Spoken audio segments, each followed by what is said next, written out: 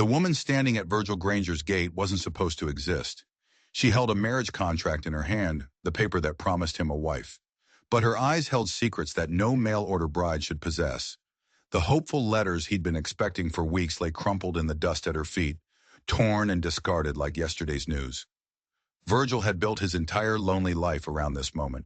The arrival of a stranger, a woman who would become his wife through carefully written words. But this woman, she knew his name before he spoke it. She knew the location of his ranch without a map. She carried herself with the confidence of someone who belonged on this land more than he did. The contract looked real. The signatures matched. But everything about her felt wrong, in a way that made the hair on his arms stand up. She said her name was Kala, a name that should have meant nothing to him. But when she spoke it, something deep in his memory stirred. But the most unsettling part wasn't her sudden appearance, or her strange familiarity with his life. It was the way she looked at him, like she was seeing a ghost. And when she finally spoke, her first words shattered everything he thought he knew about who he was. She said she was his sister. The words hung in the dusty air, stark and impossible. Virgil stepped back from the gate, his hands gripping the rough wood until his knuckles turned white. His mind reeled. "Sister," he repeated, the word tasting like ash. "My father never mentioned a daughter. He said all my family was dead." Kayla's mouth curved into a smile that held no warmth at all. "Thomas Granger told you many things that weren't true, Virgil, just like he told me many things about you." She held up the marriage contract. In the harsh morning light, Virgil saw that the paper was older than it should be, the ink faded. "This contract was supposed to bring a woman named Elizabeth Morrison to your ranch," she said, her voice cold and factual. "But Elizabeth Morrison died 6 months ago. A fever outbreak back east." "That's impossible," Virgil choked out. "I got letters from her last month." "Letters that I wrote," Calla said. There was no apology in her voice. "I've been writing to you for weeks, learning about this place, learning about you." The deception hit him like a physical blow. Every word he'd cherished, every hope he'd built was a lie. But there was something else in her eyes, something more dangerous than a simple lie. "The question you should be asking, Virgil," she said, folding the contract and tucking it into her coat, "isn't why I came here pretending to be your bride. The real question," she said, her eyes turning hard as stone, "is why someone paid to keep you from finding out Elizabeth was dead, and why they're willing to kill to keep this land from staying in your hands." The wind picked up, sending a dust devil spinning across the yard. Virgil's peaceful, lonely life had just ended, and a war he didn't understand had just begun. Virgil's hand moved to the revolver on his hip, an instinct born of a hard life. Kala just laughed, a sharp, knowing sound that stopped him cold. "Drawing on your own sister, Virgil? Our father would be so proud." The words were laced with a bitter poison. "I don't remember you," Virgil growled. "I don't remember any family but the old man who raised me." "You were 7 when he took you," she said. She reached into her coat and pulled out a small worn photograph. "He took you west to this ranch. I was sent east to relatives who treated me like a stray dog." The photograph showed 2 children, a boy with Virgil's stubborn jaw and a girl with Kayla's dark, knowing eyes. The boy's hand rested on the girl's shoulder, a protective gesture that echoed in some forgotten corner of Virgil's heart. "Anyone can find an old photograph," he said, but his voice lacked conviction. "Anyone can," she agreed, tucking it away. "But not everyone knows about the scar on your left shoulder, from when you fell off the corral fence. Not everyone knows you used to sleepwalk to the barn, afraid the horses would be gone in the morning." Virgil's blood ran cold. No one knew those things. "Thomas told you," he said, desperation creeping into his voice. "He must have. Thomas Granger died believing he had successfully erased me from your memory, and you from mine," she said, her voice turning dangerous. "He never expected me to grow up smart enough to track you down." A dust cloud appeared on the horizon, moving fast. Kala followed his gaze and her expression hardened. "They're early," she murmured. She looked back at him, all trace of family connection gone from her eyes. "I hope you've got more than one gun in that house, brother, because the men coming down that road aren't here to talk." The riders thundered into the yard, 6 of them, their horses kicking up dust. They moved like men who got paid for violence. Their leader dismounted, a thick-shouldered man with silver hair and cruel empty eyes. "Virgil Granger," the man called out, his voice a mockery of friendliness. "Name's Crawford. I represent certain interests that have a claim to this property." Kayla stepped slightly behind Virgil, a strategic move, not a fearful one. "Tell him about the deed, Crawford," she said, her voice sharp. "Tell him how you've been waiting for the perfect moment." Crawford's eyes narrowed on Kayla. "Miss Bell, didn't expect to see you so soon." Miss Bell, the name didn't fit, and the way Crawford said it told Virgil that these men knew her. They had been expecting her. Her arrival was part of their plan. "The way I see it," Crawford said, turning his attention back to Virgil, "your claim to this land died with Thomas Granger, especially since there's some question about whether you're his legal heir." Anger steadied Virgil's voice. "This ranch has been in my name for 5 years. The paperwork is legal." "Paperwork can be challenged," Crawford sneered, "especially when there's evidence that Thomas Granger had other children. Children with a stronger claim than some foundling he picked up along the way." Foundling. The word exploded in Virgil's mind, shattering his identity. Kayla's hand touched his arm, a silent warning. "They've been planning this for months," she said, her voice low. "The marriage contract, Elizabeth's death, my arrival. They needed someone to challenge your claim. They found the perfect person in Thomas Granger's long-lost daughter." Her voice gained a steely edge. "What they didn't count on was me figuring out their game before I played my part." Crawford's face darkened. "Miss Bell, I'd advise you to remember our arrangement." "Our arrangement is terminated," she replied. The tension in the yard became a living thing. Crawford's men shifted in their saddles, their hands moving toward their guns. This was it, the reason for all the lies. Crawford drew his revolver. "Then I'm afraid we'll have to settle this the hard way." Virgil's hand went for his gun, but Kala was faster. She produced a small derringer from her coat and fired in one fluid motion. The shot took Crawford's hat clean off his head, the bullet grazing his scalp. "The next one won't miss," she said calmly as Crawford's men raised their weapons. "But before anyone else dies, you might want to hear what I found in the land office." Crawford touched his bleeding scalp, his eyes burning with rage. "Thomas Granger never adopted Virgil legally," Kayla announced, her voice ringing across the yard. "Which means when Thomas died, this property should have reverted to his blood relatives. To me, as his legitimate daughter." Virgil's world tilted. Not only was he not Thomas's son, but this woman, his sister, had the only legal claim to everything he had. "But here's what you didn't know, Crawford," she continued, her derringer steady. "Thomas left a will, a real will, not the forgery you've been using. And in that will, he left everything to both his children, to Virgil, and to me, equally." Crawford's face went white. "Impossible. We searched everywhere." "You searched everywhere except the one place Thomas knew I'd look," she said, her smile as sharp as broken glass. "He hid it in our mother's grave, wrapped in oilcloth, along with a letter." "Our mother's grave," the words echoed in Virgil's mind. "She's buried about a mile north of here," Kala said, her voice softening for the first time. "Thomas took you away when you were 7 because she died of the fever. He was afraid you'd catch it." Fragments of memory surfaced in Virgil's mind. A woman's voice singing, a wooden cross on a hill. "The fever outbreak," Crawford said slowly, his eyes wide with a horrifying understanding. "The same fever that killed Elizabeth Morrison." Kala's expression turned deadly. "The same fever you've been spreading through contaminated water to clear out inconvenient landowners. The same fever that's going to bring federal marshals down on your head when they read the evidence I already sent." As if summoned, the sound of more hoofbeats echoed across the valley. From the opposite direction, riders wearing federal badges thundered into the yard.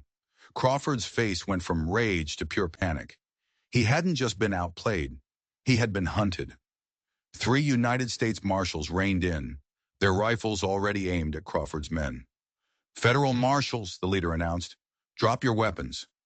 Crawford stared at Kala, the full scope of her deception finally dawning on him. "You planned this," he whispered. "I planned to survive," she replied, her derringer still ready. When you hired me to challenge Virgil's claim, you made one mistake. You told me too much. Virgil watched as the marshals efficiently disarmed the hired guns, but his eyes were on Kayla, this woman who was his sister, his partner, and a complete stranger.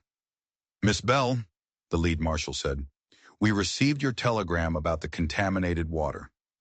The evidence is exactly where I said it would be, she responded. Crawford's been poisoning wells across 3 counties to force land sales. The marshal nodded grimly. What about the forged documents? Kayla produced a leather portfolio.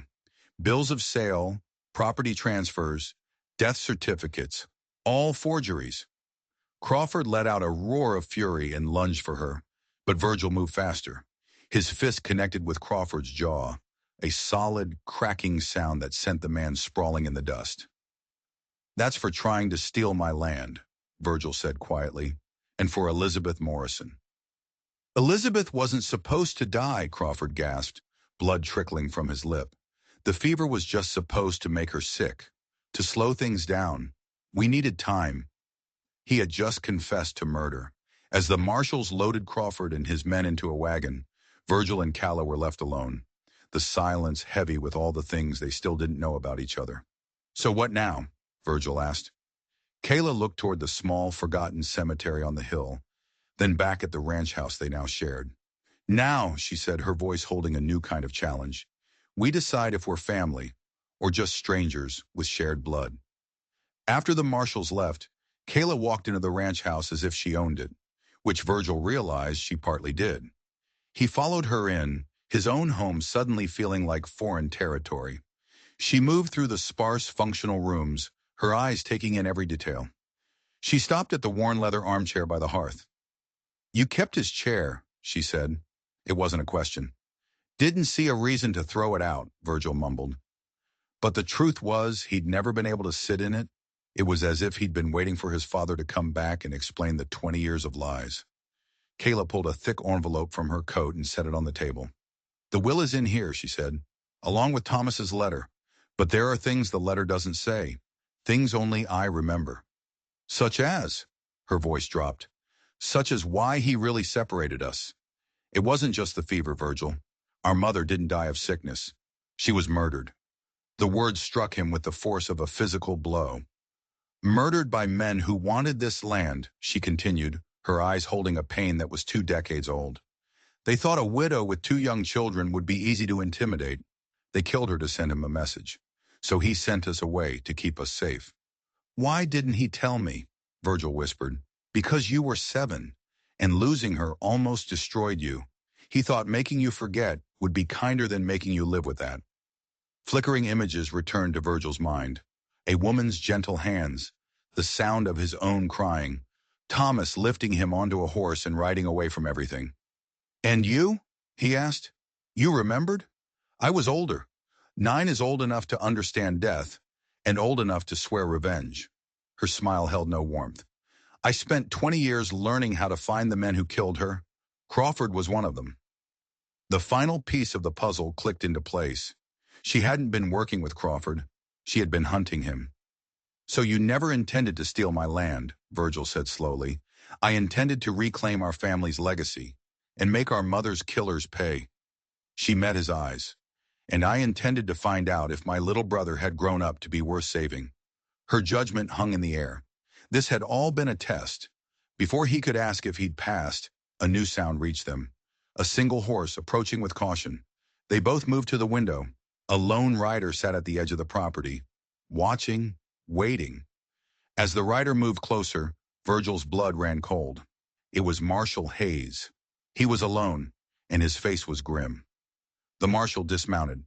Granger, Miss Bell, we need to talk. They stepped onto the porch. Crawford started talking the minute we got him in chains, Hayes said, removing his hat. This conspiracy runs deeper than we thought. Deeper than poisoned wells. How much deeper? Kayla asked. Deep enough to involve territorial politicians, federal land commissioners. Crawford wasn't the leader. He was just a pawn. The marshal's eyes were deadly serious. The real power behind this is someone who can make people disappear. They're coming for us, Virgil said. It wasn't a question. They've already sent word that you two are a threat. Crawford's arrest was supposed to be quiet. Hayes put his hat back on. I came to warn you. Staying here tonight might be the last mistake you ever make. Kala looked toward their mother's grave on the hill. How long do we have? Maybe until dark, maybe less. The choice hung between them like a blade. Leave everything and run, or stay and fight. There's another option, Kayla said quietly.